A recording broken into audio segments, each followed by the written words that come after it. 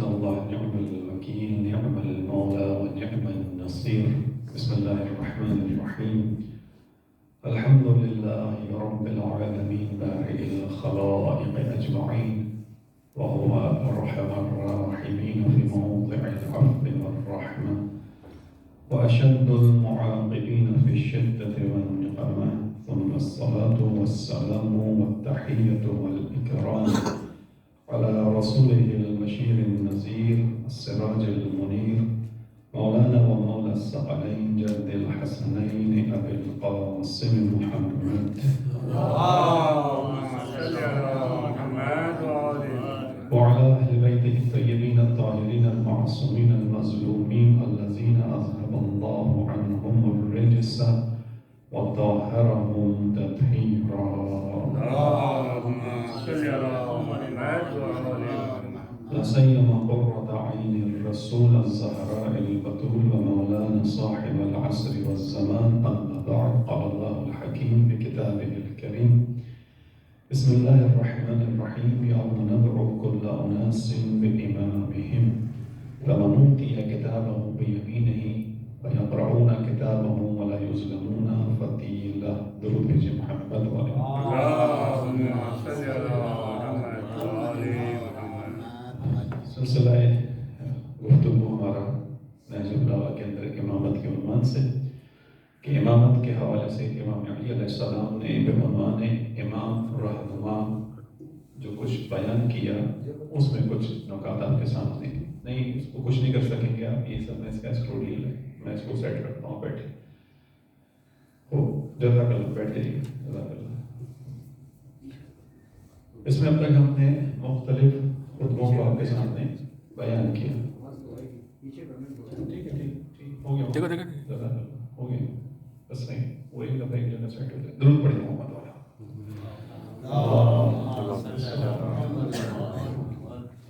اور اس میں ہم نے اب تک جو آپ کے سامنے مختلف خطبے بیان کیے، یعنی کہاں پر بعنوان رہنما، الہی رہنما، حق رہنما کیا ہوتا ہے، رہنما کی صفات کیا ہوتی ہیں، اور ظاہر ان صفات کو ہم امامت کے حوالے سے سمجھنے کی کوشش کر رہے ہیں کہ امام نے جن چیزوں کو بیان کیا، جیسے کہ خطبہ نمبر 85 جو دو سیشنز ہمارے اس پہ ہو چکے ہیں، آج بھی اس کا آخری ٹکڑا بیان ہوگا، اس کے بعد اگلے حصے کی طرف جائیں گے.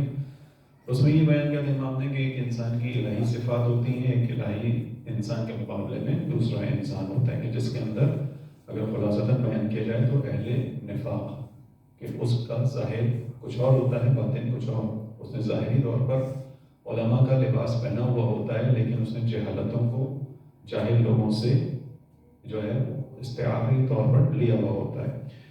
اس کے بعد امام نے خصوصیات کو بیان کرنے کے بعد فساق کی حالت کو بیان کیا، جو پچھلے سیشن میں آپ سے کے سامنے بات ہوئی.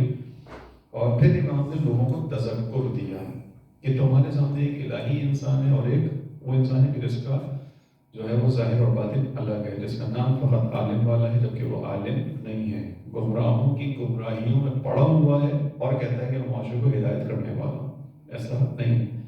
اور اس کی علامت یہ تھی کہ وہ قرآن کو اپنی رائے پر ڈھالتا ہے، بجائے اس کے کہ اپنی زندگی کو قرآن کے مطابق چلانے کی کوشش کرے، قرآن کو اپنی رائے اور حق کو اپنی خواہشات پر ڈھالتا ہے.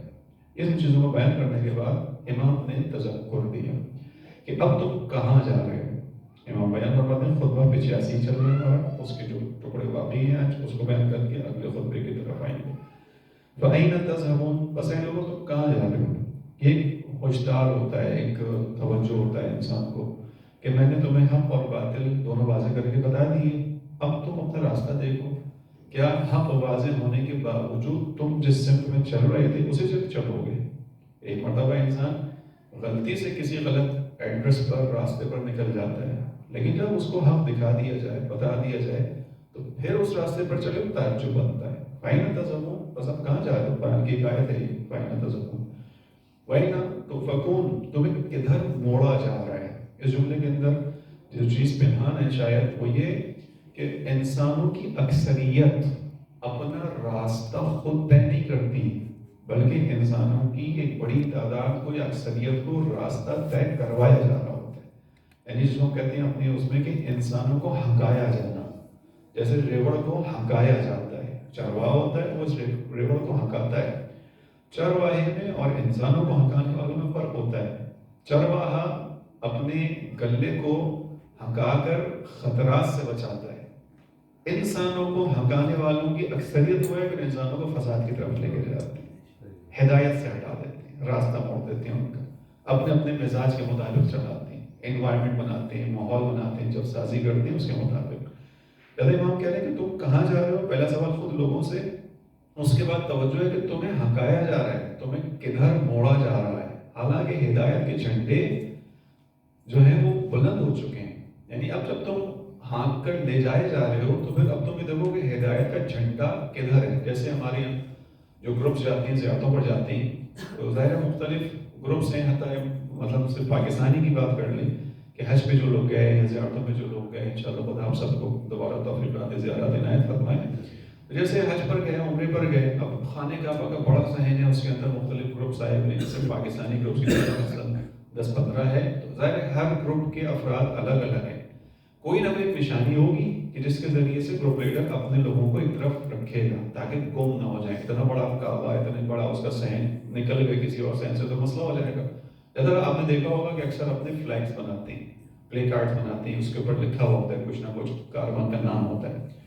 یہ علامت ہوتا ہے کہ یہ جھنڈا، یہ کارڈ، یہ جو اٹھائی ہوئی علامت ہے، اس کے پیچھے پیچھے چلو گے تو اپنے گروپ کے ساتھ اٹیچ رہو گے، طواف پورا کر کے جس راستے سے آئے تھے اس راستے سے باہر چلے جاؤ گے، اپنے ہوٹل میں آرام سے پہنچ جاؤ گے.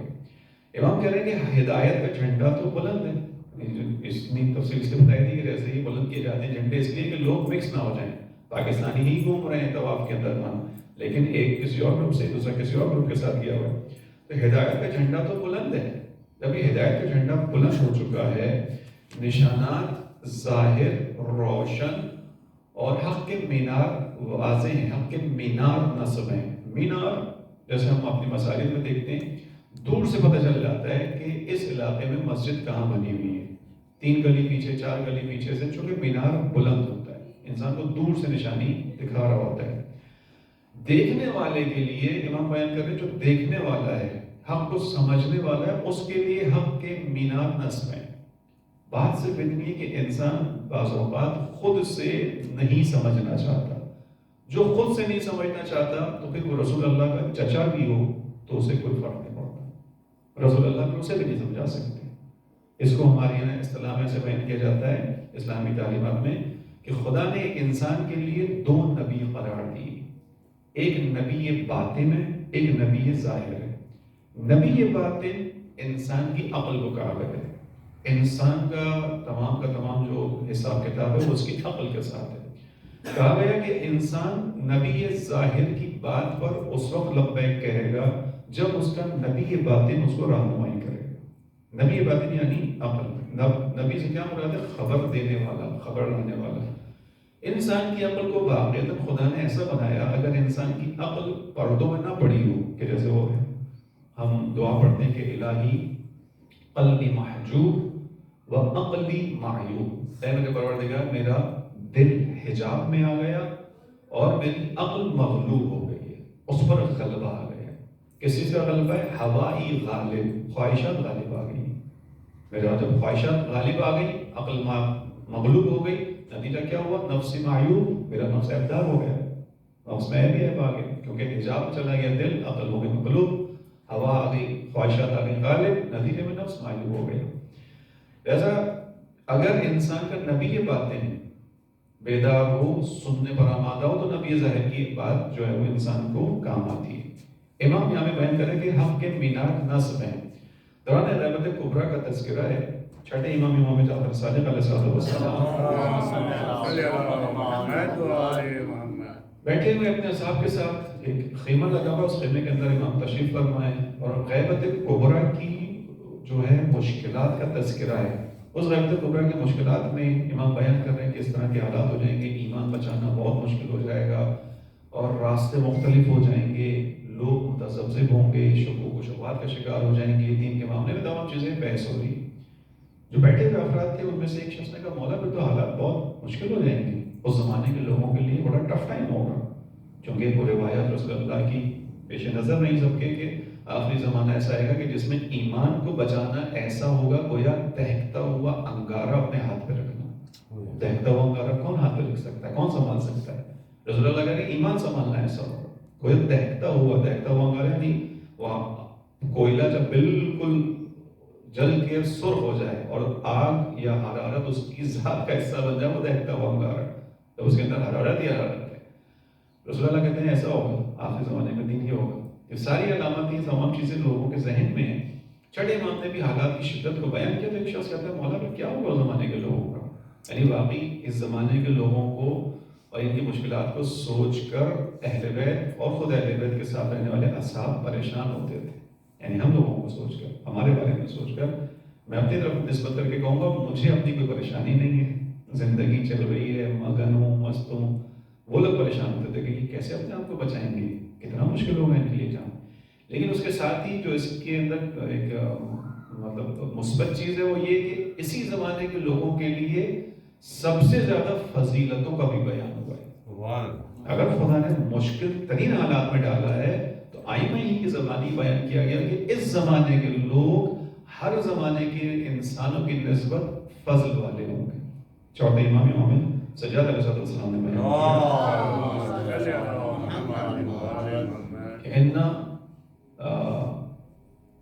اہل جو ہے وہ یہ کہ غیبت کے زمانے کے جو لوگ ہیں, حدیث کا اس وقت عربی وہ پراپر ذہن میں نہیں آ رہی, کہ جو غیبت امام مہدی کے زمانے کے لوگ اور ان کی امامت پر قائم ہوں گے, ان کی امامت پر اعتقاد وسیع اور وہ رکھنے والے, بھروسہ رکھنے والے ہوں گے, وہ ہر زمانے کے انسان سے افضل ہوں گے. چوتھے امام نے بیان کی. چوتھے امام کیوں افضل ہوں گے؟ اس کی دلیل امام نے یہ دی کیونکہ خدا نے ان کو ایسی عقل معرفت امام کی اپنی عطا کی ہوگی کہ اس عقل و معرفت کے سبب انہوں نے زمانے کے امام کی غیبت کو حضور میں بدلا ہوگا. یعنی امام غائب ہے, امام غائب ہی رہے گا, امام کی غیبت ہوگی. ان کی عقلوں نے ان کو اس جگہ تک پہنچایا ہوگا کہ وہ اس غیبت کو غیبت نہیں سمجھتے ہوں گے, وہ امام کی غیبت کو حضور سمجھتے ہوں گے. جیسا کہ ہے غائب میں ہوں, میری نگاہوں سے اوجھل ہے امام, ایسا ہی ہے نا, میں تو امام کی نگاہوں سے اوجھل نہیں ہوں. میرا ہر عمل امام کے سامنے, میں اس وقت یہاں بیٹھا ہوا بھی امام کے سامنے ہوں, میری نگاہوں میں امام نہیں. ان کی عقلوں نے ان کو جگہ تک پہنچایا ہوگا کہ انہوں نے اس غیبت کی جو خصوصیت ہے اس کو حضور میں بدل دیا ہوگا. یعنی جیسے کہ خدا کے سامنے ہمیشہ امام مومنین نے اپنی گفتگو میں کہا کہ عالم محضر خدا است, یہ پورا کا پورا کائنات خدا کے سامنے حاضر ہے, جیسے تمہارے سامنے ہتھیلی ہو. اور جب خدا کے سامنے حاضر ہے تو در محضر خدا معصیت نہ کرو, بس جو چیز خدا کے سامنے اس کے اندر خدا کا گناہ نہ کرو, نافرمانی نہ کرو. لہذا اس چیز کو بیان کیا. اصحاب نے مشکلات کو دیکھا, بیان کیا, تو امام سے اس نے کہا کہ مولا پھر تو بڑا مشکل وقت ہے اس زمانے کا. امام نے کہا یہ خیمے کا پردہ ہٹاؤ. اس نے خیمے کا پردہ ہٹایا, سامنے سورج موجود تھا, روشنی بھی چمک رہا تھا. امام نے کہا سامنے کیا چیز ہے؟ اس نے کہا مولا یہ سورج ہے. امام نے کہا تمہیں کسی بھی طرح کا کوئی شک ہوا اس کے بارے میں؟ کہا نہیں مولا بہت واضح روشنی ہے, حرارت ہے, نظر آ رہا ہے, سورج ہے, کوئی اس کے اندر کوئی شک کی گنجائش ہی نہیں ہے. اور اسی لیے میں نے فوراً جواب دیا, آپ کو برجستہ جواب دیا کہ سورج ہے. امام نے کہا جو اہل حق ہوگا, جو حق کو سمجھنا چاہے گا, اس کے لیے اتنے دقیق حالات کے, مشکل حالات کے باوجود حق ایسے ہی روشن ہوگا جیسے تمہارے سامنے یہ سورج روشن ہے. سارا معاملہ عزیزان محترم انسان کی عقل, انسان کی دینداری اور دیانتداری کے اوپر چھوڑا ہوا ہے. خداوند عالم جو دیندار, دیانتدار ہے اور اپنی عقل کو استعمال کرتا ہے, خدا اس کو کبھی بھٹکنے نہیں دے گا. جو کرنا نہیں چاہتا وہ رسول اللہ کے ساتھ بیٹھ کر بھی نہیں سنبھل پائے گا. ٹھیک. امام علی نے بیان کیا کہ ہم کے مینار نصب ہے. تمہیں کہاں, پھر امام دوبارہ کہہ رہے ہیں, تمہیں کہاں بہکایا جا رہا ہے؟ دیکھو سمجھو, تمہیں بہکایا جا رہا ہے, تمہیں ظاہر کے اندر الجھا کر حقیقت سے دور کیا جا رہا ہے. کیوں ادھر ادھر بھٹک رہے ہو؟ جبکہ اب دلیل دے رہے ہیں کہ تمہیں بھٹکنا نہیں چاہیے, تمہیں راستے پر رہنا چاہیے, تو دلیل چاہیے. میں کیوں نہیں بھٹکوں؟ میرے نہ بھٹکنے کے لیے کوئی دلیل ہونی چاہیے، ہم دلیل دے رہے ہیں، کیوں ادھر ادھر بھٹک رہے ہو جبکہ تمہارے نبی کی اطرت تمہارے درمیان موجود ہے، تمہارے بھٹکنے کی کوئی دلیل نہیں ہے تمہارے پاس، یعنی اس کو امام علی حجت تمام کر رہے ہیں۔ کل قیامت میں جب تمہیں خداوند عالم بلا کر تم سے پوچھے گا کہ تم کیوں بھٹکے اور تم دلیل دینا چاہو گے تو تمہاری دلیل سست ہو جائے گی، اس لیے کہ تمہارے درمیان اللہ کے نبی کی اطرت موجود تھی۔ اللہ کے نبی کی اطرت کو خود اللہ کے نبی نے خدا کی جانب سے دیے گئے پیغام کی صورت میں تمہیں کہا تھا کہ میں تمہارے درمیان دو گراں قدر چیزیں چھوڑ کے جا رہا ہوں، ان دونوں سے متمسک رہنا، اور اگر ان دونوں کے ساتھ متمسک رہے تو کبھی بھی گمراہ نہیں ہوں گے۔ اہل بیت اور قرآن کریم، لہذا یہ اہل بیت وہ ہیں کہ جو حق کی باغیں ہیں، دین کے پرچم اور سچائی کی زبانیں ہیں، یعنی دین کی باغ ان کے پاس ہے، باغ یعنی جس کے ذریعے سے مہار کیا جاتا ہے سواری کو، اس کا رخ بدلا جاتا ہے، اس کو چلایا جاتا ہے، دین کی باغ ان کے پاس ہے، یعنی زوام امور ان کے پاس ہے، دین کے پرچم اور سچائی کی زبانیں، لہذا ان کے ہوتے ہوئے تمہیں بھٹکنا نہیں چاہیے۔ اس کے بعد امام علی نے آگے چل کے بیان کیا کہ لوگوں خاتم الانبیاء کہ اس ارشاد کو سنو، توجہ سے سنیے کہ امام علی علیہ السلام بیان فرما رہے ہیں، رسول اللہ کے ارشاد کو یاد کرو جو انہوں نے فرمایا کہ ہم میں سے جو مر جاتا ہے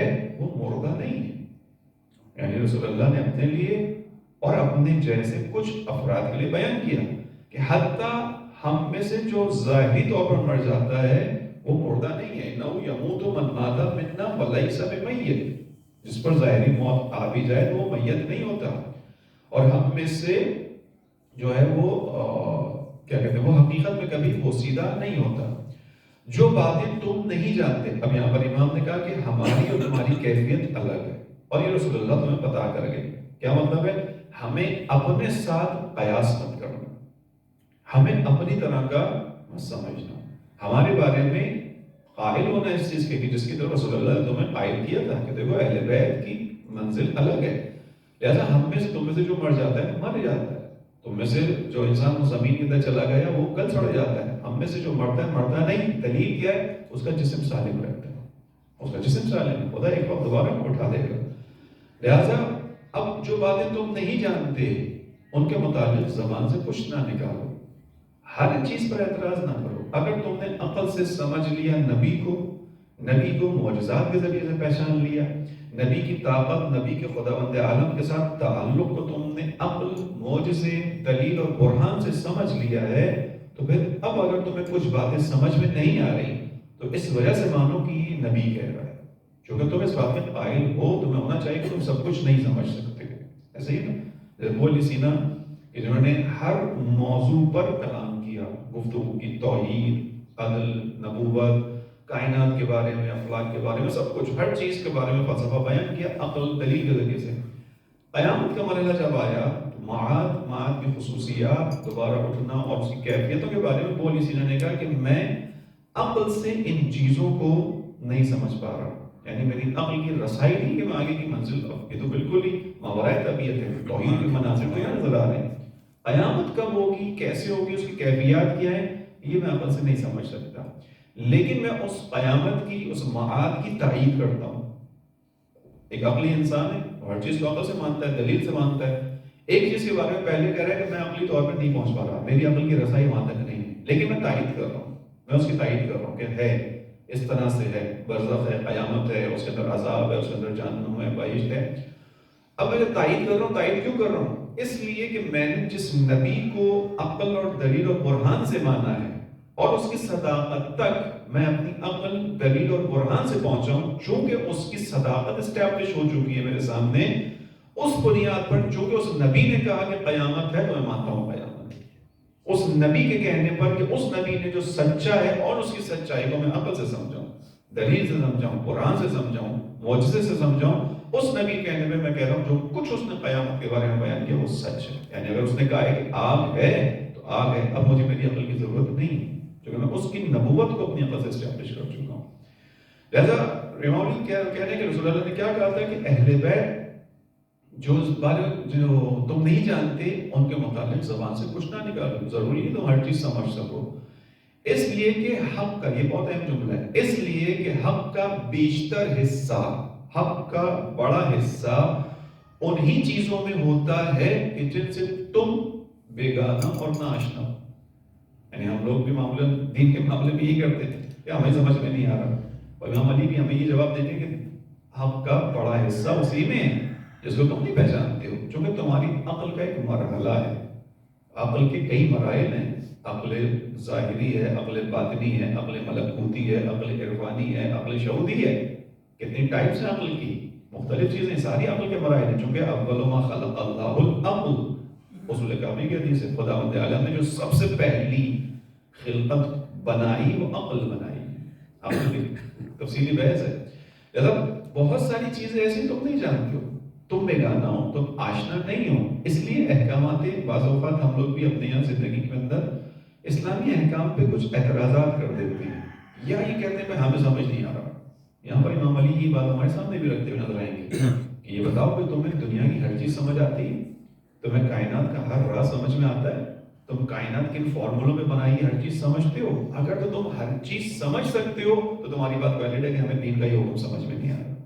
لیکن اگر تم اپنے لیے اس بات کے قائل ہو کہ نہیں تم عقل کل نہیں ہو, تم ہر چیز نہیں سمجھ سکتے ہو. اس دور میں بیٹھے ہوئے بھی مثال کے طور پہ ایک انسان پی ایچ ڈی اسکالر ہو, وہ پی ایچ ڈی اسکالر کسی ایک خاص فیلڈ کے اندر ہوگا, ہزاروں فیلڈز ایسی ہوں گی جس میں وہ جاہل کہلائے گا. مثال دے دیتا ہوں, مثال کے طور پہ ہارٹ اسپیشلسٹ ہے, اس نے ڈبل اسپیشلائزیشن کی ہے, یہاں سے بھی کر لی, امریکہ سے بھی کر لی, کہیں اور سے بھی کر کے آ گیا. بہت ماہر ڈاکٹر ہے, بہت ماہر ہے, لیکن اس کی اسپیشلائزیشن کی اپنی ایک فیلڈ ہے, ایک اپنا ایک خاص علاقہ ہے. وہ کیا ہے؟ ہارٹ ہے, دل ہے. اس سے ذرا سا اکنامک کے حوالے سے آپ بات پوچھنا شروع کر دیں تو وہ کہے گا نہیں میں نہیں جانتا. اس سے پوچھیں کہ ملک ڈیفالٹ ہونے کی خبریں آ رہی ہیں, اگر ڈیفالٹ ہو جائے گا تو کیسے ہوتا ہے, کن معیارات کی بنیاد پہ کسی ملک کو ڈیفالٹ تسلیم کیا جاتا ہے, اور اگر ہو جائے تو پھر دنیا میں اس کا سروائیول کیسے ہوتا ہے, کیسے نہیں ہوتا. رائٹ ہو, وہ کہے گا نہیں میں نہیں جانتا. آپ کہیں گے بھائی ڈبل پی ایچ ڈی ہو, وہ کہے گا ڈبل پی ایچ ڈی ہو کسی ایک خاص فیلڈ کے اندر ہو. ظاہر ہے میں ہر جگہ تو نہیں آ سکتا نا. اسی طرح کسی آرکیٹیکچر سے جا کے پوچھ لیجیے بدن کے اندر کا نظام کیا ہوتا ہے, ہاتھ کھڑے کرے گا نہیں جانتا. کیوں نہیں جانتا؟ کہ جاہل ہے؟ نہیں جاہل تو نہیں ہے, پڑھا لکھا ہے. ایک فیلڈ ہے, پوری بلڈنگ ہے, اسکائی جو ہے وہ کھڑا کر دیتا ہے, زمین سے اٹھا دیتا ہے, نقشہ ساری چیزوں کا بنا دیتا ہے, مضبوط بنا دیتا ہے, لیکن یہاں نہیں جانتا. ٹھیک ہے, انسان کوئی بھی انسان سوائے معصوم کے جس کا علم خدا کے علم کے ساتھ متصل ہو, اس کے علاوہ ہر انسان کے علم کی محدودیت ہے, ہر انسان. اگر عقل کل نہیں ہو تو پھر دین کے معاملے میں اگر اتنی اوپنلی نہیں کہا کرو کہ ہمیں یہ نہیں سمجھ رہا, یعنی ہم اس کو نہیں, یہ کہو کہ نہیں سمجھ آ رہا, یہ نہیں کہو کہ ہم نہیں مانتے, نہیں ماننے والی بات غلط ہے. لہذا ہم کی بیشتر حصہ انہیں چیزوں میں ہے جن سے تم بیگانہ اور نا آشنا ہو. اب یہاں پہ میں اپنے پاس بیان کروں کہ اگر میں, امام علی شاید ایسے بیان کریں کہ تمہارا امام ہوتے ہوئے کچھ چیزوں کو میں انجام دے رہا ہوں, تمہیں وہ سمجھ میں نہیں آ رہی کیونکہ تم نے ایک چیز اسٹیبلش کی تھی کہ میں امام ہوں, میں رسول اللہ کا جانشین ہوں, رسول اللہ نے مجھے تمہارا رہنما قرار دیا تھا, اور تم نے دیکھا ہے کہ علمی میدان میں تم سے آگے ہوں. میں نے کبھی تم سے کسی مسئلے کو نہیں پوچھا, تمہیں جب کبھی مشکل پڑی تم نے مجھ سے آگے پوچھا, کم سے کم اتنا تو تمہارے سامنے ہے. لہذا اگر میں کوئی کام انجام دے رہا ہوں تو اس پہ اعتراض نہ کرو, اس کو سمجھو. اب اگر میں تلوار چلاتے ہوئے مثال کے طور پہ کہہ رہا ہوں کہ دیکھو میرے بعد خوارج سے کام نہ کرنا, یعنی خوارج کے معاملے میں تھوڑا سا احتیاط کرنا, کوئی وجہ ہوگی, تم نہیں جانتے. میں بہت ساری چیزوں کو جانتا ہوں, اور اس طرح کی بہت ساری چیزیں جو نظر آتی ہیں. یا مثال کے طور پہ ہمارے پاس لوگ اعتراض کرتے ہیں, اور اس کی دلیل خود امام علی نے نہج البلاغہ میں دی ہے کہ اگر ظاہری طور پر حق کی خلافت چھن بھی گیا اور تمہیں نظر آیا کہ میں نے ظاہری جو خلفاء ہیں ان کی معاملات کے اندر مدد کی ہے, اعتراض نہ کرو اس کے اوپر. یہ نہ بولو کہ یہ کیا کیا امام علی نے. مثال کے طور پہ اگر کہیں ظاہری طور پر جو خلفاء وقت تھے وہ پھنس گئے کسی علمی مسئلے میں, جواب نہیں دے پا رہے, کوئی پلاننگ نہیں کر پا رہے, تو کیوں امام علی ان کا ساتھ دے رہے ہیں؟ اعتراض نہیں کرو علی پہ, علی تم سے بہتر جانتے ہیں, کیونکہ امام کا بیشتر حصہ چھپا ہوا ہے جو تم نہیں جانتے. پھر اس کو کچھ حصوں کا امام نے دکھایا بھی ہمیں. امام نے کہا کہ جو میں نے دوسروں کی مدد کی, ان کو رائے دی, ان کو جو ہے وہ صحیح ٹریک پر ڈالا, اس کی وجہ یہ افراد نہیں تھے, ان کی شخصیات نہیں تھی, ان کی وجہ سے اسلام کا دفاع تھا, کیونکہ ظاہر ان کے پاس ہے, ظاہر اور خلافت ان کے پاس ہے. لہذا ان کو اگر مشورہ دیا جا رہا ہے تو وہ اسلام کی بقا کی خاطر دیا جا رہا ہے, اور ایک مسلمان اسلام کی تباہی کو کبھی بھی برداشت نہیں کر سکتا. تو علی جس نے اپنی تلوار سے، اپنی قوت بازو سے، اپنی جوانی کو اسلام کی رونق میں لگایا ہو، وہ اسلام کو برباد ہوتے ہوئے کیسے دیکھے؟ کوئی بھی ظاہری تخت پر بیٹھا ہوا ہے، ٹھیک ہے، وہ معاملات الگ ہیں، ان کا حساب کتاب الگ ہے. اس وقت زمان امور ظاہری طور پر جہاں پر ہے، مجھے بعنوان ایک مسلمان، بعنوان ایک مومن اپنا فریضہ ادا کرنا ہے. لہٰذا یہاں مشورہ دینا، میں مشورہ دوں گا. یہ بہت سی چیزیں تھیں جس پر اس زمانے میں بعض لوگوں کو اعتراض تھا. آج بھی بہت سے لوگ ان باتوں کو پوچھتے ہیں. امام نے خود جواب دیا کہ میں نے اگر کسی کی مدد کی ہے تو شخص کی مدد نہیں کی، نظام کی مدد کی، نظام کو سنبھالنا میں نے. اس کے بعد امام کہتے ہیں کہ جس شخص کی حجت تم پر تمام ہو، یعنی ایک شخص ہے جس کی حجت تم پر تمام ہے اور تمہاری کوئی حجت اس پر نہ ہو، تم اسے معذور سمجھو اور مومن ہو. کیا مطلب ہے معذور سمجھو سے؟ یعنی ایک شخص ہے کہ جس کی حجت تم پر تمام ہو چکی ہے، وہی والی بات کہ اس کا علم، اس کا عمل، اس کی دیانت، اس کی ذہانت، اس کی حکمت، اس کی بصیرت، ہر چیز سے تم نے اس کو آزما لیا. میدان جنگ میں تم نے اسے آزما لیا، اس سے زیادہ شجاع انسان تمہیں کوئی نظر نہیں آیا. دیانت کے میدان میں اسے تم نے آزما لیا. جس چیز کو آزما چکے ہو، اب اس کی حجت تم پر تمام ہو گئی، اس کی حجت تم پر تمام ہے. اب اگر وہ کچھ کاموں کو انجام دے یا کچھ کاموں کو انجام نہ دے اور اس معاملے میں تمہیں وہ نظر آئے کہ وہ کوئی عذر پیش کر رہا ہے، تو اس کے عذر کو قبول کرو. جیسے بعض لوگوں نے کوئی دوبارہ اعتراض کیا، اگر امام علیہ السلام اتنے شجاع تھے کہ یقیناً تھے، تو پھر امام نے اپنے حق میں تلوار کیوں نہیں اٹھائی؟ امام کہہ رہے ہیں میری حجت کو سمجھ چکے ہو، میں حجت ہوں، میں ہر معاملے میں آگے ہوں، اور اگر میں نے تلوار نہیں اٹھائی تو یہ عذر ہے، اس عذر کو تم سمجھ جاؤ. اتنا کافی ہے کہ علی نے شجاع ہونے کے باوجود، عالم ہونے کے باوجود، حکیم ہونے کے باوجود، نڈر ہونے کے باوجود، یعنی موت کا بھی کوئی خوف نہیں. اس کے بارے میں جا کے خود پہ پڑھ لو. موت کے بارے میں بیان کر چکا ہوں کہ میں موت سے اتنا زیادہ آشنا ہوں، اور جو ہے وہ میرے لیے موت اتنی مانوس ہے کہ جتنا ایک دودھ پیتا ہوا بچہ اپنی ماں کی چھاتی سے آشنا ہوتا. میں بیان کر چکا ہوں یہ ساری چیزیں. یہ چیزیں بتانے کی دوبارہ ضرورت نہیں ہے. لہذا نہ مجھے تلوار اٹھانے میں موت کا خوف ہے، نہ کسی اور چیز کا خوف ہے. اگر اس کے باوجود میں عذر پیش کر کے بیٹھ گیا ہوں تو کوئی نہ کوئی مصلحت ہے جو تمہاری عقلوں میں نہیں آتی. لیکن اس کے اندر اور بہت سی چیزیں، فقط ہم اس کو امام علی کی طرف نسبت نہیں دے سکتے. امام علی علیہ السلام اگر اس زمانے میں بیٹھے ہیں تو ایک واضح سی ریزن تو موجود ہے. ایسا نہیں جواز فراہم ہو جائے بعد میں. کس چیز کی ریزن ہے؟ امام علی کا لوگوں کی نصرت کا نہ ہونا ہے. لوگ ناصر نہیں ہیں، نصرت نہیں ہے، تو امام علی بیٹھے ہیں. اب جب امام علی نے اکیلے میں تلوار نہیں اٹھائی تو خود یہ ایک عذر ہے امام علی. لہذا کیا میں نے تمہارے سامنے ثقل اکبر یعنی قرآن پر عمل نہیں کیا اور ثقل اصغر کو تم میں نہیں رکھا، یعنی میں خود موجود ہوں، میری اولاد تمہارے درمیان موجود ہے. اور اس کے بعد امام کا یہ خطبہ نمبر 85 اپنے اختتام کو پہنچا، جس میں امام نے انسانوں کی، یعنی اس کا جو ابتدا تھی وہ انسانوں کی خصوصیات تھی. خصوصیات کو بیان کرنے کے بعد امام نے فطرت کا تذکرہ کیا اور اس کے بعد اپنی حجتوں کو امام نے تمام کیا. اگلا جو خطبہ ہے وہ ہے خطبہ نمبر 203. اس خطبے کو امام علی نے کیوں بیان فرمایا؟ چونکہ وہاں پہ وہی والی بات تھی کہ اب حالات نکل گئے، دوسرے لوگ جو ہیں وہ خلافت پر اس وقت موجود ہیں. امام علی علیہ السلام اب بیان کریں لوگوں کے سامنے کہ اس وقت میں اگر قیام نہیں کر رہا، اس کی کچھ نہ کچھ وجوہات ہیں، تم عقل کل نہیں ہو، تمہیں ہمارے ساتھ چلنا چاہیے تھا، تم لوگوں نے نہیں چلے، اب یہ حالات آ گئے. اگلا جو خطبہ ہے 203 یہ ہے جب امام علی ظاہری حکومت پر آ گئے، یعنی قتل عثمان کے بعد، اور اس کے بعد ان کے ہاتھ پر بیعت کر لی گئی. پورے معاشرے نے امام کی بیعت کی. بیعت کرنے کے بعد طلحہ و زبیر جو اس زمانے کی بڑی شخصیات میں سے تھے، اور امام علی علیہ السلام کو خاص، ان کو امام علی سے خاص مودت اور محبت بھی تھی، لیکن کچھ مسائل بھی بہرحال رہے جو بعد میں جنگ جمل کے اندر پھر جنہوں نے اپنا کردار ادا کیا، اور اس کی ایک ریزن یہاں پہ بھی سامنے آئے گی. انہوں نے امام علی کے ہاتھ پر بیعت کی، اور بیعت کرنے کے بعد امام علی نے ظاہر اپنی جو حکومت تھی، خلافت تھی، بعنوان امام خلیفہ، ظاہری خلیفہ، اس کو چلایا. ان لوگوں سے امام علی علیہ السلام مشورہ نہیں لیتے تھے. اب توجہ کیجیے گا تھوڑا سا، ہمارے یہاں یہ مسائل، یعنی ہم نے یہ خطبے اس لیے شروع کیے کہ ہم اپنے زمانے کے جو حالات ہیں نا ان کو بھی دیکھیں کہ ایسا آج بھی ہو رہا ہوگا. پھر بعض اوقات کوئی انسان تھوڑا سا بڑا ہو جاتا ہے کسی وجہ سے، تو اس کی خواہش یہ ہوتی ہے کہ وہ ہر چیز میں مداخلت کرے، ہر چیز میں اس سے پوچھ کر کام کیا جائے، اور نہ کیا جائے تو خرابی آتی ہے۔ خرابی دیکھیے گا کہ وہ لوگ کہ جنہوں نے امام علی کے ہاتھ پر بیعت کی ہے، یعنی ان کو بھی معلوم ہے کہ اس وقت اب امام علی کے علاوہ کوئی اور اس امت کی زمام امور اپنے ہاتھ میں نہیں لے سکتا، بیعت کی، پھر ان کو کچھ عرصے بعد ایک شکایت ہوئی امام علی سے۔ کیا شکایت ہوئی؟ کہ علی جو ہے وہ اپنے کاموں کو خود سے کر رہے ہیں، ہم سے کوئی مشورہ نہیں لیتے، ہماری کوئی رائے شامل نہیں کرتے۔ اس پر انہوں نے اعتراض کیا، اس پر امام نے سے یہ جملے بیان کی جو خطبہ 203 کے عنوان سے موجود ہیں۔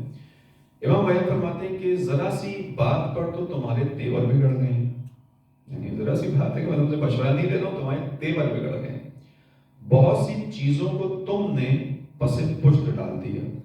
میں ظاہری طور پر حکومت میں ہوں، حکومت کے معاملات میں ہوں، میں نے تمہارا مشورہ نہیں مانا۔ جیسے کہ امام علی جب خلیفہ بنے ظاہری طور پر، تو مشورہ دینے والوں نے یہی مشورہ دیا تھا کہ آپ ابھی تازہ تازہ آئے ہیں، ابھی آپ کو آئے وقت نہیں ہوا، ایک سلسلہ ہے پہلے کا جو 25 سال کا ہے، اور ظاہر ہے اس کے قدم جم چکے ہیں، اور آپ مخصوصاً شام کی طرف سے اپنی نگاہوں کو ابھی ذرا بند رکھیں، شام کی طرف مت دیکھیں۔ آپ فی الحال مدینہ کے ساتھ بہت زیادہ ہو گئے تو کوفہ اور عراق ان کو سنبھال لیں، جب مضبوط ہو جائیں، آپ کے قدم جم جائیں، پھر آپ شام کی طرف جائیے گا، چونکہ حاکم شام بہت عرصے سے بیٹھا ہوا ہے اور اس کے جو ہے وہ وہاں پہ قوت زیادہ ہے۔ یہ مشورہ دیا تھا امام علی کو۔ امام نے کیا جواب دیا تھا کہ میں باطل کے ساتھ ایک لمحہ بھی نہیں گزار سکتا، اگر میں خلیفہ ہوں اور شام بھی اسلامی خلافت کی قلمرو ہے، اسی کے حدود کے اندر آتی ہے، تو ممکن نہیں ہے کہ میری حکومت میں جس کا اختیار میرے پاس ہو وہاں معاویہ جیسا شخص تخت پر بیٹھ سکے، ممکن نہیں، کیونکہ علی اور اس کی کوئی آپس میں مشابہت نہیں ہے، مطابقت نہیں ہے، لہٰذا پہلے دن سے میں اسے عزل کروں گا، پہلے دن سے اس کو چاہیے کہ وہاں سے وہ اس چیز کو چھوڑے۔ یہ مشورہ دینے والے نے مشورے دیے، امام نے بات نہیں مانی ان کی، تو لوگ ناگواری ان کو محسوس ہوئی۔ امام نے کہا ذرا سی بات پر تمہارے تیور بگڑ گئے، بہت سی چیزوں کو تم نے پس پشت ڈال دیا۔ اب اس بہت سی چیزوں کے اندر ہم وہی دوبارہ امام علی کی پوری شخصیت کو رکھ سکتے ہیں کہ تم نے اول اسلام سے، جب سے رسول اللہ نے تبلیغ اسلام کی اس وقت سے لے کر اور آج کے دن تک تم نے میرے کردار کو دیکھا ہے، تم نے میرے اندر کوئی جھول نہیں پایا، تم نے میرے اندر کوئی کوتاہی، کمی، نقص نہیں دیکھا، اس کو تم پس پشت ڈال رہے ہو۔ کیا مجھے بتا سکتے ہو کہ کسی چیز میں تمہارا حق تھا اور میں نے اسے دبا لیا؟ امام کے الفاظ، یعنی امام ان کے ذہنوں کو تھوڑا سا کھنگال رہے ہیں کہ کیا کوئی ایسا ہوا ہے کہ تمہارا کوئی حق تھا اور میں نے اسے دبا لیا؟ ایسا ہوا ہے کیا؟ بعض علماء نے اس جانب اشارے کی کہ ظاہر ہے تیسرے خلیفہ کے بعد بعض لوگوں کا ذہن تھا کہ کوئی اور اس جگہ تک پہنچے گا، کسی اور کو اس جگہ تک پہنچایا جائے گا، اور امام علی علیہ السلام کا بہرحال انتخاب ہوا۔ تو ظاہر ہے اگر یہ خواہشات اس زمانے میں لوگوں کی تھیں تو یقینی سی بات ہے وہ خواہشات کہیں نہ کہیں ظاہر ہوں گی۔ ایک پورا جریان یعنی جنگ جمل جو ہوئی اس کی ایک بنیادی وجہ یہی تھی کہ خواہش کسی اور کو لانے کی تھی، امام علی نہیں تھے مد نظر اس وقت بھی، یعنی یہ طے ہو گیا تھا کہ امام علی بس ختم، جو پہلے خلیفہ کے زمانے سے سلسلہ ہوا اور علی علیہ السلام کو کوشہ نشین ظاہری طور پہ کر دیا گیا، بس ختم معاملہ اہل بیت کا، یہ سوچ لیا گیا تھا۔ لیکن بہرحال خداوند عالم کی جانب سے ایک وہ ہوا کہ امام علی ظاہری طور پر آئے، دبی دبی خواہشات تھیں اس کا مطلب لوگوں کی۔ امام نے کہا کہ کیا کوئی تمہارے کسی چیز میں تمہارا حق تھا اور میں نے اسے دبا لیا ہے، یا تمہارے حصے میں کوئی چیز آتی ہو اور میں نے اسے دریافت کیا ہے، یا تمہارا کوئی حق میں نے دبا لیا ہے، یا تمہاری کوئی چیز تھی جو تمہیں دینی تھی میں نے نہ دیا ہو، ایسی کوئی چیز ہے کیا؟ یا کسی مسلمان نے میرے سامنے کوئی دعویٰ پیش کیا ہو اور میں اس کا فیصلہ کرنے سے عاجز یا اس کے حکم سے جاہل رہا ہوں یا صحیح طریقہ کار سے خطا کی، اگر تمہارا کوئی حق نہیں دبایا، تمہارا کوئی حق تھا جس کو میں نے تم سے دریافت نہیں کیا، تو پھر ایک اور صورت بنتی ہے کہ میں معاملات کو ڈیل کرنے میں صحیح عالم نہیں ہوں، میں نے خطا کی ہے، میں خطا کا مرتکب رہا ہوں۔ تم نے دیکھا ہو کہ بھئی میں نے بار بار خطا کی ہے تو اس لیے تم مجھے آگے رائے دینے کی کوشش کر رہا ہو، نہیں ایسا نہیں ہے، میں اپنے الفاظ میں کہہ رہا ہوں تمہیں اس کو جا کے پیچھے 25 سال میں جا کے دیکھ لو، 25 سال میں متعدد مرتبہ ایسا ہوا کہ دوسرے خطا کر رہے تھے تو میں نے آگے بڑھ کے اصلاح کی ہے، حتیٰ ان کی زبانوں سے نکلا ہے کہ لولا علی لہلک فلاں، اگر علی نہ ہوتے تو میں تو ہلاک ہو گیا تھا، علی نہ ہوتے تو میں ہلاک ہو گیا تھا، وہاں لوگوں کی زبان سے نکلا ہے کہ خدا مجھے اس دن کے لیے زندہ نہ رکھے کہ جس دن ابو الحسن زندہ نہ ہو.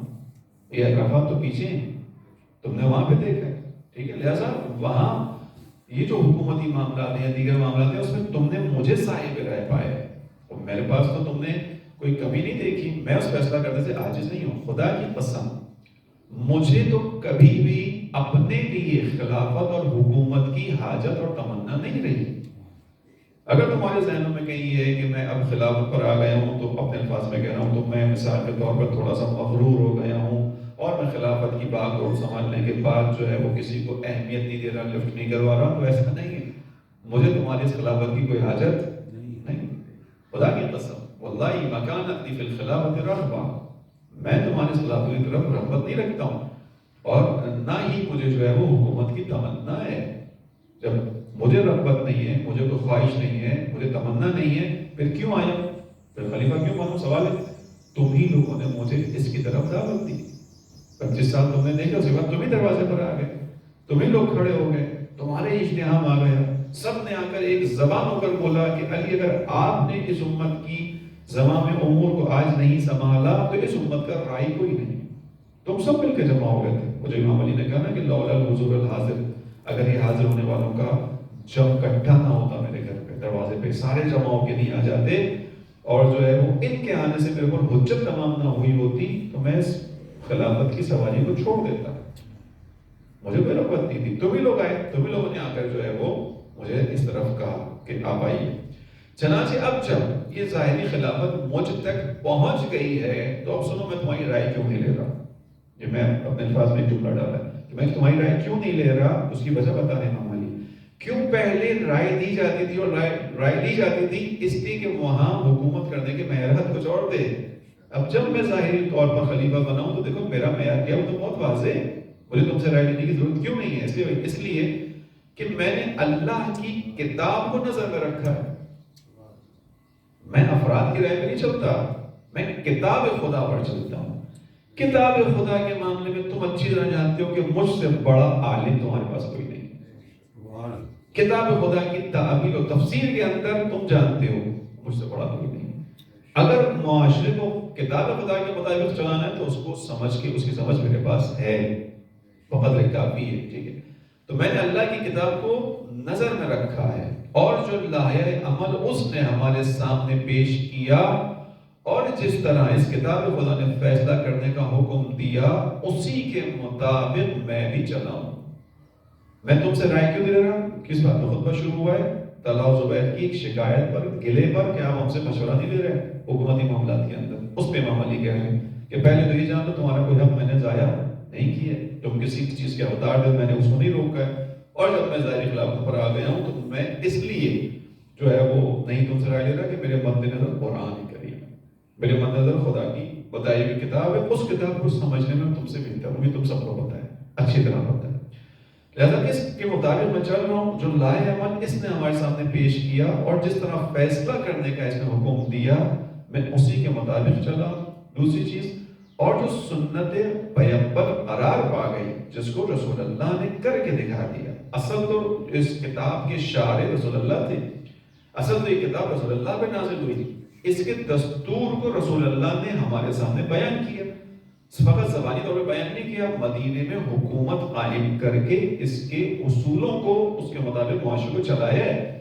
لہذا دو چیزیں حجت ہو سکتی تھی، قرآن اور رسول، اور میں ان دونوں پر ہی کاربند ہوں، ان دونوں کے مطابق زندگی جو ہے وہ چلا رہا ہوں. اور جو سنت پیغمبر قرار پا گئی اس کی پیروی کی. اب جب قرآن موجود، رسول اللہ کی سیرت موجود، ان کے بتائے ہوئے اصول موجود، اس میں نہ تو تم سے مجھے رائے لینے کی کوئی احتیاج ہے اور نہ ہی تمہارے علاوہ کسی اور سے. میں کیوں تم سے رائے نہیں دے رہا، کیوں کام آگے بڑھا رہا ہوں؟ اگر تم مجھے ہٹا بھی دو، یعنی میں امام ہوں خدا کی جانب سے، علم کی منزلوں پر فائز ہوں، جو پہلے اسٹیبلش کر دیا امام علی نے کہ میں نے کبھی کوئی کوتاہی تو نہیں کی فیصلوں کے اندر، تمہیں دیکھ لیا، میرے علم میں تو کوئی خطا نہیں ہے وہ بھی دیکھ لیا، لیکن پھر بھی میں دو چیزیں بیان کر رہا ہوں، خدا کی کتاب اور رسول کی سنت. میں ان دونوں کے مطابق چل رہا ہوں. جب یہ دونوں چیزیں واضح ہیں تو مجھے تم سے رائے لینے کی کوئی ضرورت نہیں ہے، نہ ہی تمہارے علاوہ کسی اور سے. لیکن تم نے جو یہ ذکر کیا، اب اگلا ان کا اعتراض تھا، یہ جو تم نے ذکر کیا کہ میں نے بیت المال سے اس کی برابر کی تقسیم کی ہے، ایک اعتراض اور سامنے آ رہا ہے. ہم سے مشورہ نہیں لیتے. دوسرا کیا ہے کہ بیت المال میں آپ نے تمام انسانوں کو برابر کر دیا. 25 سال میں کیا ہوا؟ 25 سال کا جو آخری جو تیسرا خلیفہ کا دور رہا، یہ تو اہل سنت کی اپنی معتبر کتابوں میں لکھا ہوا ہے کہ اقربا پروری کا سلسلہ وہاں سے شروع ہوا. نزدیکیوں کو بڑا انعام اکرام وہاں سے دینے کا سلسلہ شروع ہوا. مال کی فراوانی وہاں سے شروع ہوئی. تیسرے خلیفہ کے قتل کے اوپر بعض گورنرز کے پاس سے اس زمانے کے ملین یعنی لاکھوں درہم و دینار نکلے ہیں، کئی عمارتیں نکلی ہیں لوگوں کے پاس، یعنی تھے ان کے پاس موجود تھے. جیسا ماحول تو بگڑا ہوا تھا، مال کی عادلانہ تقسیم نہیں تھی. امام نے آتے ہی جو کام شروع کیے ہوئے ہیں، لہٰذا ان کا ایک اعتراض تھا. زبیر کا ایک اعتراض یہ بھی تھا کہ یہ کیا ہوا، آپ نے سب کو برابر کھڑا کر دیا. یعنی وہاں پر ایک کہا گیا تھا کہ جو اسلام میں سبقت رکھتا ہے اس کا درجہ زیادہ ہے، اور جو بعد میں اسلام میں آیا اس کا درجہ کم ہے. مہاجر کا زیادہ، انصار کا زیادہ، اس طرح کر کے پورا ایک نظام تھا، اور اس کو جو ہے وہ اقربا پروری اور دیگر چیزوں میں آگے بڑھا دیا گیا. لہٰذا یہ جو میں نے مال کی تقسیم کی، تم نے اس کا تذکرہ کیا. لہٰذا تم نے جو ذکر کیا کہ میں نے بیت المال سے اس کی برابر کی تقسیم جاری کی ہے، تو یہ میری رائے کا حکم اور میری خواہش نفسانی کا فیصلہ نہیں ہے. میں نے اس لیے نہیں کیا کہ میں ایسا چاہتا ہوں، بلکہ یہ وہی طے شدہ چیز ہے جسے رسول اللہ لے کر آئے، یعنی قرآن، اور جو میرے بھی سامنے اور تمہارے بھی پیش نظر ہے. میں نے اگر یہ کام کیا ہے، معاشرے کو عدالت کے نظام پر چلایا ہے، تو اس وقت چلایا ہے کہ قرآن بھی بتاتا ہے، رسول اللہ کی سیرت بھی یہی بتاتی ہے. جس چیز کی اللہ نے حد بندی کر دی ہے، اس کا قطعی حکم دے دیا ہے، یعنی جس کو خدا نے واضح کر دیا، حدود کو معین کر دیا، تو میرے بھائی یہ بتاؤ اس کے اندر دوسرے کی رائے لینے کی گنجائش کہاں ہے؟ حد خدا ہی ہے. میں تمہارے سامنے خدا کی حدود کا اجرا کر رہا ہوں، میں تمہارے سامنے خدا کے نظام کو لاگو کر رہا ہوں. اب تم خدا کے لاگو ہونے والے نظام میں کہتے ہو ہماری رائے سنو، ہماری بات سنو، تو یہ تو نہیں کر سکتا میں. تم خدا یعنی تم علی کو رائے دینے کے چکر میں کیا کر رہے ہو؟ خدا کی حدود کو تجاوز کر رہے ہو، جو اس سے پہلے ہوتا ہے، جو اس سے پہلے کے دور میں رہا. لہذا تم حدود کو کراس کرنا چاہ رہے ہو، تو خدا کی لگائی ہوئی حدود ہیں. لہذا اس کا قطعی حکم آ گیا ہے، حد بندی خدا نے کر دی ہے، اس میں تم سے رائے لینے کی مجھے کوئی احتیاج نہیں ہے. واضح رکھو کہ یہ بھی ابتدائی دور نہیں ہے، جب تک علی موجود ہیں اس وقت تک معاملہ ایسے ہی رہے گا. بہت واضح پیغام ہے امام علی کا. یعنی امام علی کی طریقہ حکومت ہے، اس کے اندر جس لوگ کہتے ہیں نا کہ سازش سے مراد، یعنی بس ٹھیک ہے تھوڑا بہت جو ہے وہ آپ نرمی دکھائیں لوگوں کو ملانے کے چکر میں، یہ نہیں ہے. امام علی بالکل واضح چیز ہے. امام علی کے بارے میں جارج جردہ جو ایک عیسائی رائٹر تھا، اس کا جملہ مشہور ہے، علی کیوں مارے گئے؟ کہا کہ علی اپنی عدالت کی وجہ سے مارے گئے. عدالت ہے، عدالت نہ ہوتی تو امام علی بھی چل جاتے. نہیں، امام علی عدالت کی وجہ سے مارے گئے. ایسے افراد طلحہ و زبیر اس دور تک، یعنی جو تیسرا دور گزر گیا، چوتھے دور میں داخل ہو رہے ہیں، اس میں امام علی کے ساتھ ہیں، امام علی کو صحیح سمجھتے ہیں. لیکن عدالت وہ چیز ہے کہ جس کے اندر پھر طلحہ و زبیر جیسے بھی کھڑے نہیں رہ پاتے. یہاں سے ایک نکتہ لینا چاہوں گا. ہمارا بھی امام زمانوں کو بلاتے ہیں، ہم چاہتے ہیں امام تشریف لے کر آئیں. انشاءاللہ ہم سب کی آرزو ہے کہ امام تشریف لے کر آئیں. اور ہمیں معلوم ہے کہ امام کی خصوصیات میں جو روایت جو سب کے زمانوں پر ہے، جس کو بہت زیادہ پڑھا جاتا ہے، بیان کیا جاتا ہے کہ امام جب تشریف لے کر آئیں گے تو کیا ہوگا؟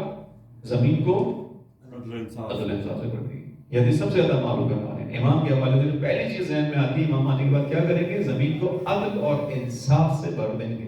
یملأ الارض قسطا وعدلا کما ملئت ظلما وجورا، جیسے وہ ظلم و جور سے بھر چکی ہوگی. یہاں پر ایک نکتہ ہے، وہ یہ کہ امام زمانہ جو عدالت کا قیام کریں گے، جو عدالت قائم کریں گے، وہ عدالت کا پیٹرن ماڈل کیا ہوگا؟ کون سی عدالت ہوگی؟ امام علی والی، امام علی علیہ السلام والی عدالت. یہ ہم سب کے لیے ایک بڑا لمحہ فکری ہے، ہوشدار ہے. یعنی انسان واقعی ائمہ علیہ السلام کے ہاتھوں قائم ہونے والی عدالت کا تحمل نہیں کر پاتا. مشکل ہے، چونکہ ائمہ علیہ السلام خدا کی حدود کے اندر کسی کو دخالت کی اجازت نہیں دیتے، چاہے وہ عقیلی کیوں نہ امام علی کا بھائی کیوں نہ. وہ کیا ہے وہ واقعہ جو امام علی کا ہے کہ عقیل آئے امام سے آ کے کیا مانگا تھا عقیل نے؟ عہدہ، منصب، مقام، پیسہ، بلڈنگ نہیں، کیا مانگا؟ تھوڑی سی خوراک، تھوڑی سی گندم. کون سی گندم؟ جو بیت المال میں پڑی ہوئی ہے، رکھا ہوا ہے بیت المال کے اندر، وہ مانگا تھا نا. سوچیے ان چیزوں کو. امام زمانہ کو پکارنے سے پہلے ان چیزوں کو ہمیں سب نے سوچنا ہے، اپنے آپ کو پہنچانا ہے وہاں تک. یہ واقعی ہے، مذاق نہیں ہے، یہ امام کی عدالت ہوگی. اسی لیے وہ روایت کے الفاظ پھر روکنے کھڑے کرتے ہیں انسان کے، کہ جب امام کے ذریعے سے قائم ہونے والی حکومت کو لوگ دیکھیں گے، اس کے اصولوں کو دیکھیں گے، تو بہت سے ماننے والے کہیں گے کہ یہ کیوں آ گئے، ہماری زندگی اچھی چل رہی تھی. یہ الفاظ لوگوں کے نکلیں گے، زبان سے نکلیں گے، کیوں آ گئے، ان کے بغیر اچھی چل رہی تھی. امام نے آگے کوئی تکلفات نہیں کرنا. تو امام زمانے کے اندر کوئی یقین کیا مانگنے آئے تھے؟ چند گندم کے دانے، چند مٹھی گندم اور دے دیں. امام علی نے وہ عمل کر کے دکھایا تھا. کیا سلام کو تپایا، چہرے کے نزدیک لے گئے، محسوس کروایا کہ دیکھو تم مجھے آتش جہنم کی طرف روانہ کرنا چاہتے ہو اپنے اس کام سے. ٹھیک ہے، تو یہ عدالت ہے. امام علی علیہ السلام نے بھی وہی کیا. امام نے کہا کہ جو قطعی حکم موجود ہے اس کے اندر مجھے تم سے رائے لینے کی کوئی ضرورت نہیں. یہ عدل ہے میرا، ٹھیک ہے، میں اس عدل کے مطابق چلوں گا. خدا کی قسم تمہیں اور تمہارے علاوہ کسی کو بھی اس معاملے میں شکایت کرنے کا حق نہیں. امام علی کہتے ہیں تمہارے اور تمہارے علاوہ کسی کو بھی اس معاملے میں شکایت کا حق نہیں ہے. جو تم شکایت لے کر آئے غلط لے کر آئے. اگر تم نے شکایت کی غلط کی، دوبارہ پلٹ رہا ہوں زمانے کی بات. بہت سے افراد منصب پر فائز ہوں گے، مناصب پر فائز ہوں گے، عہدوں پر فائز ہوں گے. امام زمانہ آنے کے بعد لوگوں کو ان کے عہدوں سے ہٹائیں گے. بعض لوگوں کو عہدوں سے ہٹایا جائے گا. ظاہری عہدے سے ہٹانا کوئی مسئلہ نہیں ہے، کوئی مسئلہ نہیں. میں تھوڑا سا اور واضح طور پہ بیان کروں. ممکن ہے کوئی دینی اعتبار سے کسی جگہ پر ہو، مذہبی اعتبار سے کسی جگہ پر ہو، امام اس سے بولے کہ تم اس عہدے سے پیچھے ہٹ جاؤ. ایسے بہت سے افراد ہوں گے جو امام کے مقابلے پہ کھڑے ہوں گے. ایسے بہت سے افراد ہوں گے امام کے زمانے میں امام کے مقابلے پہ کھڑے ہوں گے، کیونکہ ان کی ایک شان بن چکی ہوگی، شخصیت بن چکی ہوگی، ایک عرصے سے کام کو کر رہے ہوں گے. امام نے آگے کام کرنا ہے. لہٰذا تمہارا کوئی حق پر شکایت نہیں ہے. تمہارے دلوں کو خدا ہمارے اور تمہارے دلوں کو حق پر ٹھہرائے. خدا اس دعا کو ہمارے اپنے بھی قبول فرمائے کہ خدا ہمارے اور تمہارے دل کو حق پر ٹھہرائے، ہمیں اور تمہیں حق پر صبر عطا کرے. حق پر صبر واقعی مشکل ہے. اس لیے قرآن میں سورہ عصر کے اندر جب آپ آ کے دیکھیں تو پہلے ابتدائی کلمے کے اندر خدا واضح کہہ رہا ہے کہ ہر انسان خسارے میں. والعصر، عصر کی قسم، خدا بھی قسم کھا کے کہے والعصر، زمانے کی قسم، عصر کی قسم، ان الانسان لفی خسر، بے شک ہر انسان خسارے میں، گھاٹے میں، ہر انسان لاس کے اندر ہے. پہلے خدا نے انتہائی شدت کے ساتھ بیان کیا الا الذین آمنوا، وہ بچے گا ایمان والا، عمل الصالحات، ایمان کا فقط عقیدہ نہیں، اظہار عمل کے ذریعے سے، وتواصوا بالحق، حق پر مسلسل ایک دوسرے کو تاکید، وتواصوا بالصبر، حق اور صبر کی تلقین، تاکید اور اس پر باقی رہنا. امام علی نے دعا کی خدا ہمارے تمہارے دلوں کو حق پر ٹھہرائے اور ہمیں اور تمہیں حق پر صبر عطا کرے. پھر آگے امام علی نے آخری اس کا جملہ بیان فرمایا کہ خدا اس شخص پر رحم کرے جو حق کو دیکھے تو اس کی مدد کرے، باطل کو دیکھے تو اسے ٹھکرا دے، اور صاحب حق کا حق کے ساتھ معین ہو، یعنی معین ہو، اور جو ہے وہ حق والے کا ساتھ دے. بہت سے افراد ایسے ہوتے ہیں جو حق کو دیکھتے ہیں مگر حق کی مدد نہیں کرتے. بہت سے ایسے افراد ہیں. امام فرماتے ہیں خدا اس پر رحم فرمائے کہ جو حق کو دیکھے اس کی مدد کرے، باطل کو دیکھے اسے ٹھکرائے. بعض لوگ باطل کو دیکھتے ہیں، جانتے ہیں، سمجھتے ہیں، ٹھکراتے نہیں. مثال اہل مدینہ کی نگاہوں کے اندر یزید کا بطلان واضح تھا. کوئی ایک شخص بھی ایسا نہیں تھا مدینہ کے اندر جو یزید کے معاملے میں اس نظریے پر ہو کہ یزید تخت حکومت پر، خلافت رسول والی تخت پر بیٹھنے کے قابل ہے. کوئی بھی نہیں سمجھتا. اہل مدینہ جانتے تھے اس چیز کو اچھی طرح، کردار جانتے تھے، لیکن باطل نظر آیا جس کو امام حسین نے اپنے خطبہ میں بیان کیا کہ تم دیکھ نہیں رہے ہو الا ترون الی الحق لا یعمل به والباطل لا یتناہم. کیا ہے لوگوں تمہیں نظر نہیں آ رہا کہ حق پر عمل نہیں ہو رہا اور باطل سے کنارہ کشی نہیں کی جا رہی؟ اور یہ باطل ہے جو اس وقت آ گیا. یہ فقط میرا فریضہ نہیں کہ میں قیام کروں، میں تو کروں گا یہ قیام، یہ تم سب کا بھی فرض تھا. رسول اللہ نے تمہیں بھی بیان کیا تھا. وعلی الاسلام السلام. اور اگر تم سمجھ رہے ہو کہ نہیں معاملہ چل جائے گا تو میں جو وارث قرآن ہوں، وارث رسول ہوں، وارث اسلام ہوں، میری زبانی سن لو. پھر اسلام کا کیا حال ہونے والا ہے؟ علی الاسلام السلام اذا بلیت الامت براعی مثل یزید. جب یزید جیسا حکمران بن جائے گا تو فاتحہ پڑھ لو پھر اسلام کی. یعنی یہ مت سمجھنا کہ تم گھروں میں بیٹھ کر اپنے دین پر باقی رہو گے، دین بچ جائے گا، دینی پریکٹس پہ رہو گے. نہیں، یہ بھی ختم ہو جائے گا. میں اسلام کا وارث ہوں، جانشین رسول تمہیں بتا رہا ہوں. پھر اسلام نہیں بچے گا، ختم ہو گئے. یہ تمام چیزیں تھیں، اس کے باوجود کیا ہوا؟ باطل کو دیکھا، اسے ٹھکرانے کی ہمت نہیں کی.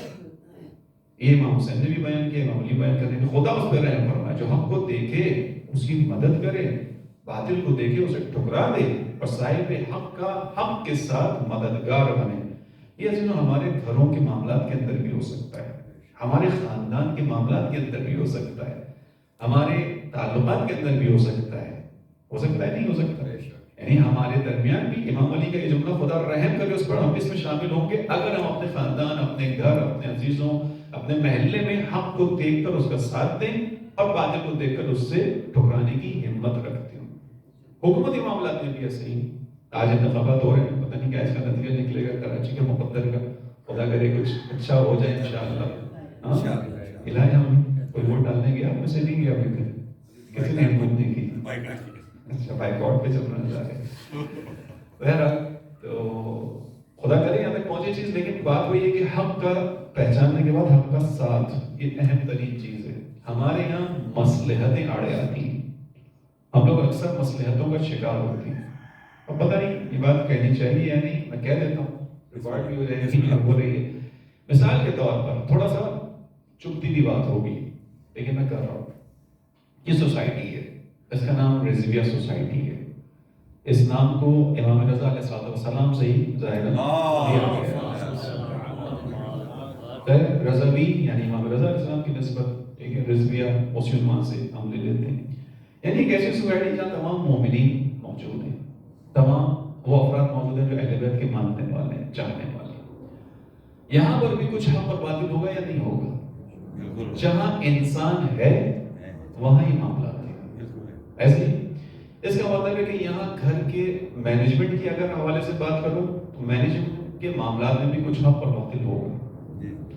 رہائشی جو رہ رہے ہیں ان کے یہاں بھی حق اور باطل ہوگا.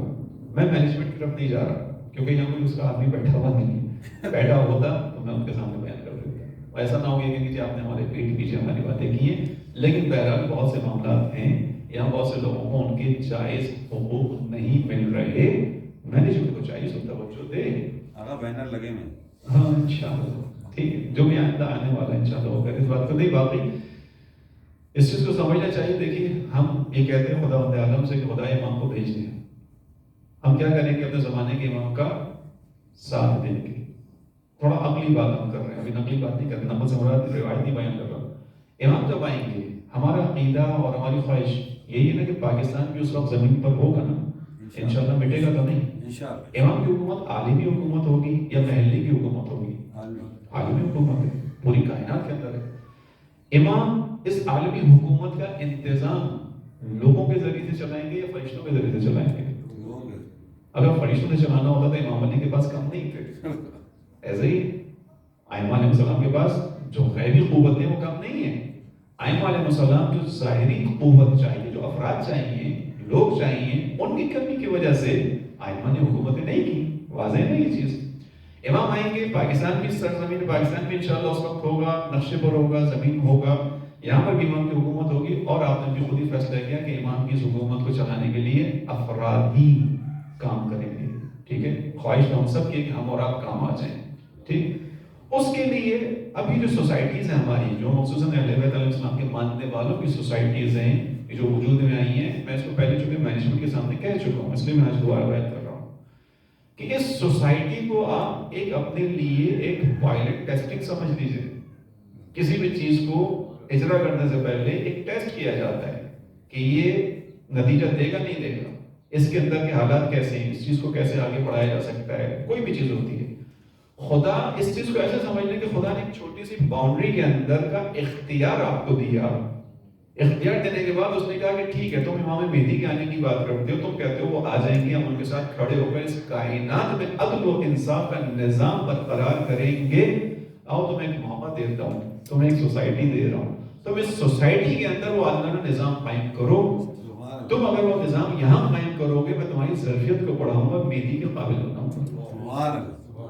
یہ واقعی یہ جملہ تقریر کا جملہ نہیں ہے، حقیقت ہے۔ خدا ہماری ٹیسٹنگ کر رہا ہے، تم کائنات عالمی طور پر ہم کو انصاف کی بات کر رہے ہو، ٹھیک ہے تمہارا ضرور بڑا ہوگا، لیکن آؤ ٹیسٹ یہاں سے، آیا تم نے اپنی اسی چھوٹی سی سوسائٹی کے اندر کہ جہاں پہ 600-700 گھر موجود ہیں، ان تمام لوگوں میں پانی کی عادلانہ تقسیم کر دی ہے؟ نہیں۔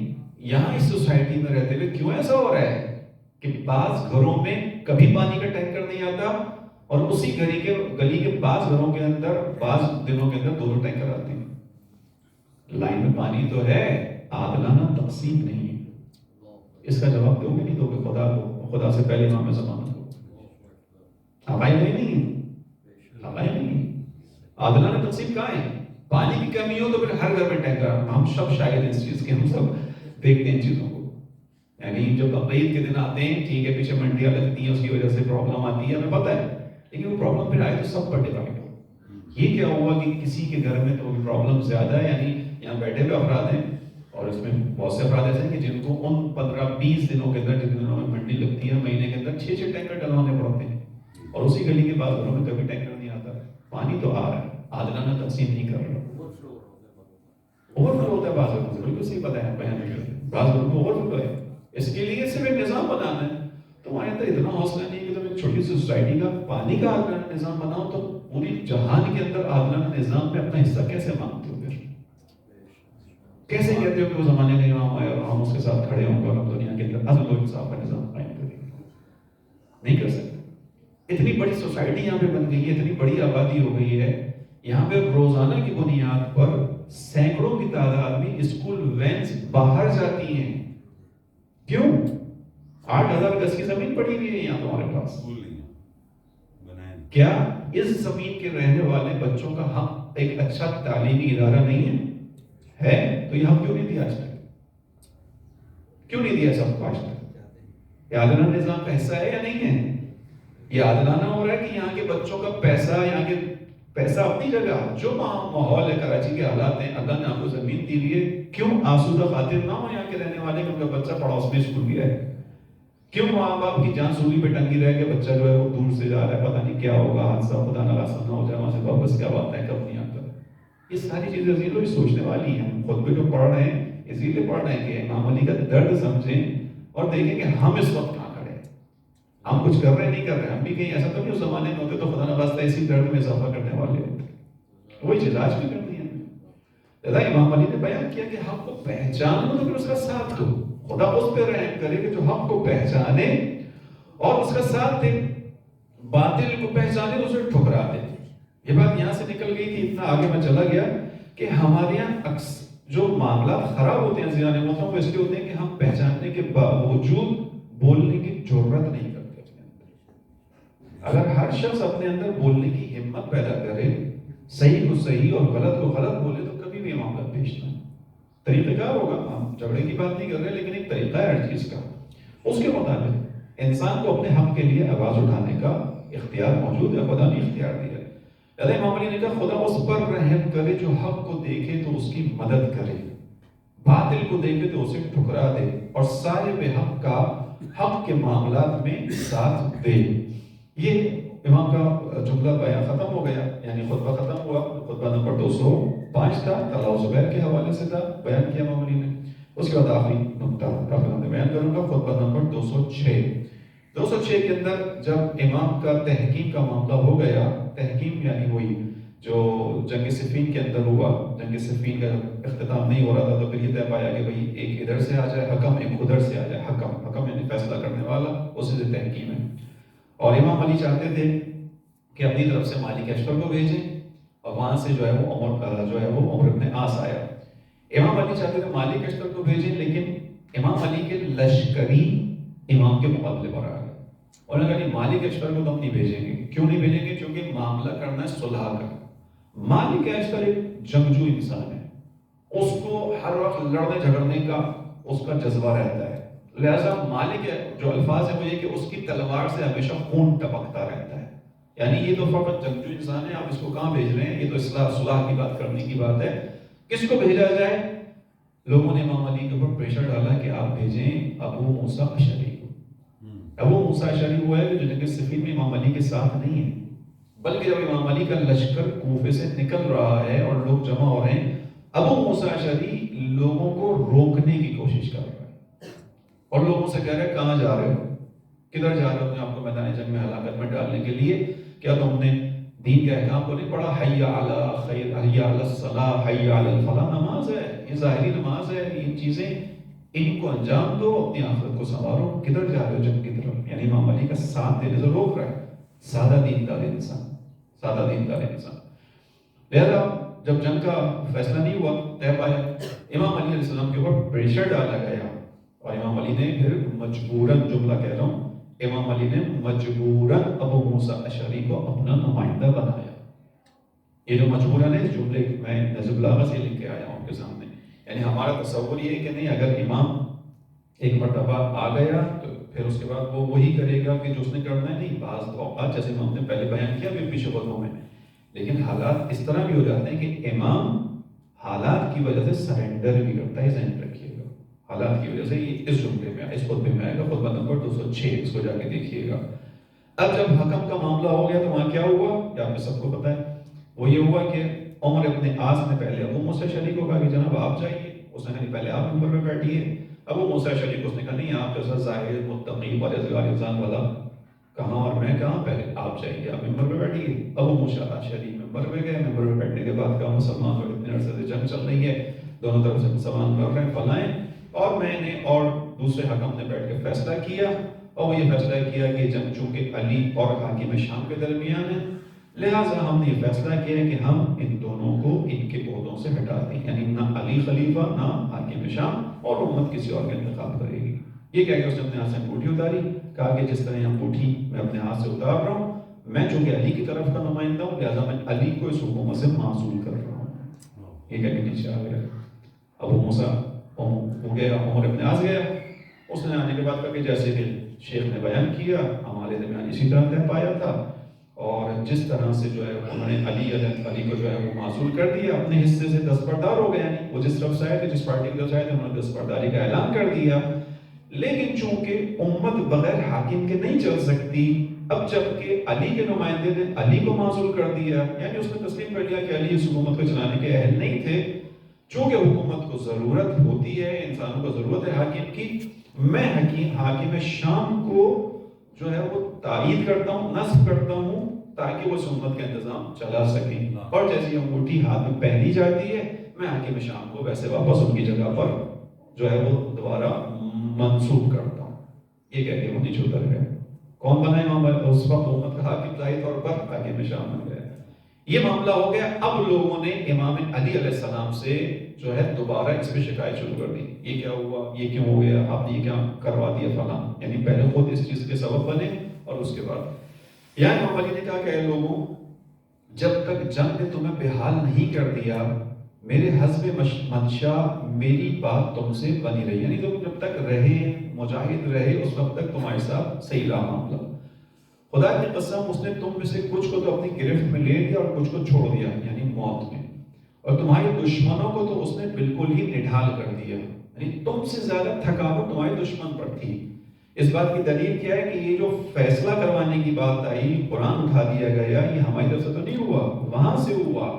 کیوں ہوا؟ چونکہ وہ بالکل بے حال ہو چکے تھے، پہنچ گئے تھے وہاں تک کہ ان کا اختتام آ چکا تھا. مالک اشتر حاکم شام کے خیمے کے سامنے پہنچ چکا تھا. چند لمحوں کی تلوار اور چلنی تھی، حاکم شام کا خاتمہ تھا. وہ بے حال ہو چکا تھا.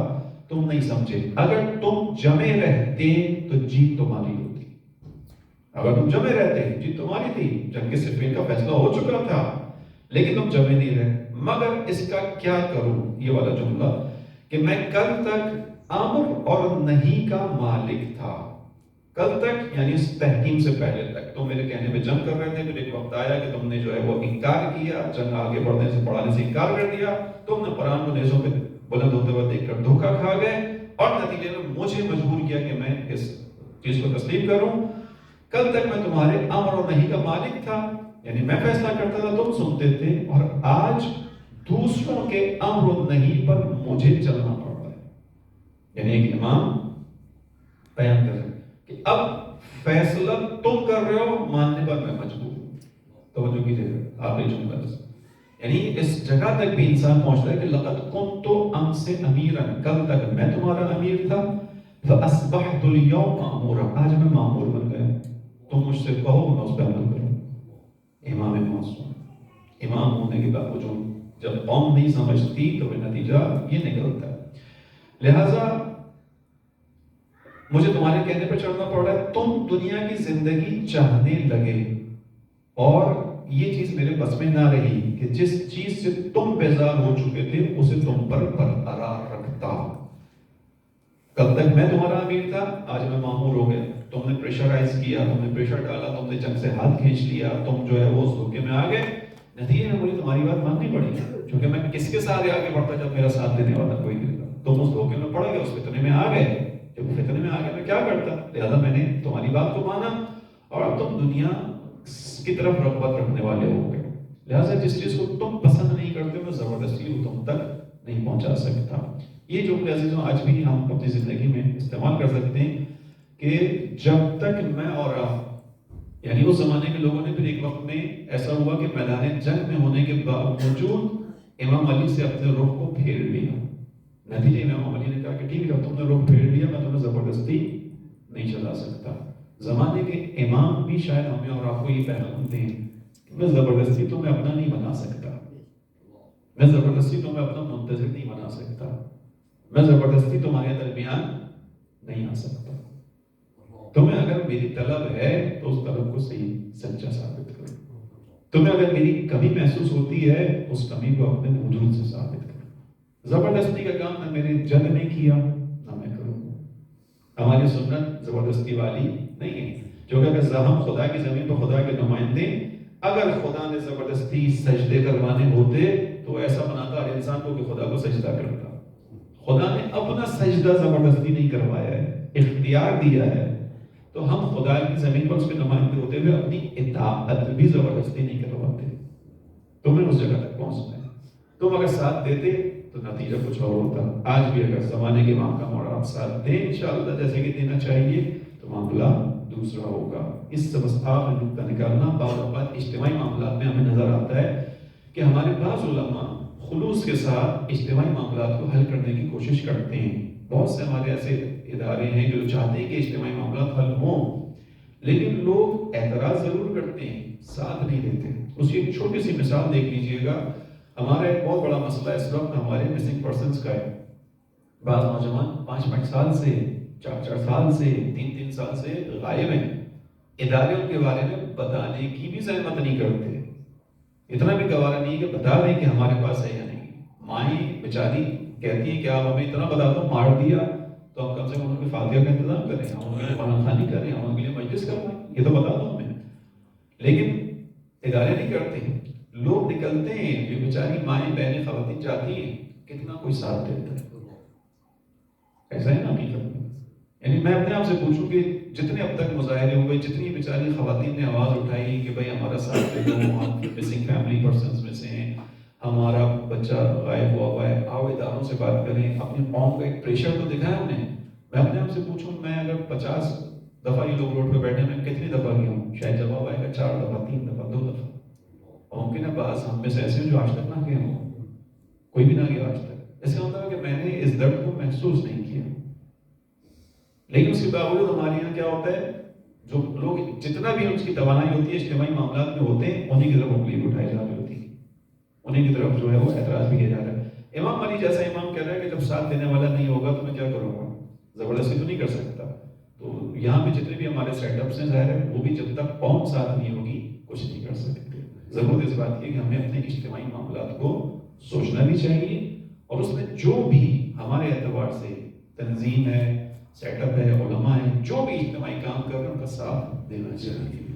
خدا تعالیٰ انشاءاللہ ہمارا آپ کو اپنی ذمہ داریوں پر عمل کرنے کی توفیق عنایت فرمائے اور نہج البلاغہ، قرآن کریم اور ائمہ علیہ السلام کی تعلیمات کو بہتر سے بہتر انداز میں سمجھنے، اس سے اپنے لیے پیغامات لینے کی اور اس کی ترویج کی توفیق عنایت فرمائے۔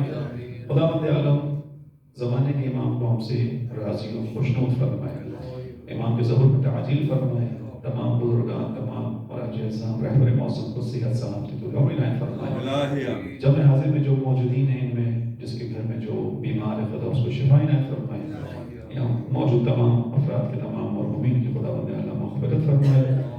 ربنا تقبل منا انك انت السميع العليم برحمتك يا ارحم الراحمين۔ آغا صاحب، اسد آغا کے لیے دعائے صحت، اسد آغا صاحب کے لیے دعائے۔ جی، جو ابھی ہمارے مشہور نوح خان قبرستان اسد آغا صاحب جن کو ٹارگٹ کیا گیا اور وہ زخمی ہیں، ابھی ہسپتال میں ہیں، ان کا آپریشن ہوا ہے، دعا کریں کہ خداوند عالم ان کو صحت کاملہ عنایت فرمائے اور ان شریوں اور ظالموں کے شر سے تمام مومنین کو محفوظ فرمائے۔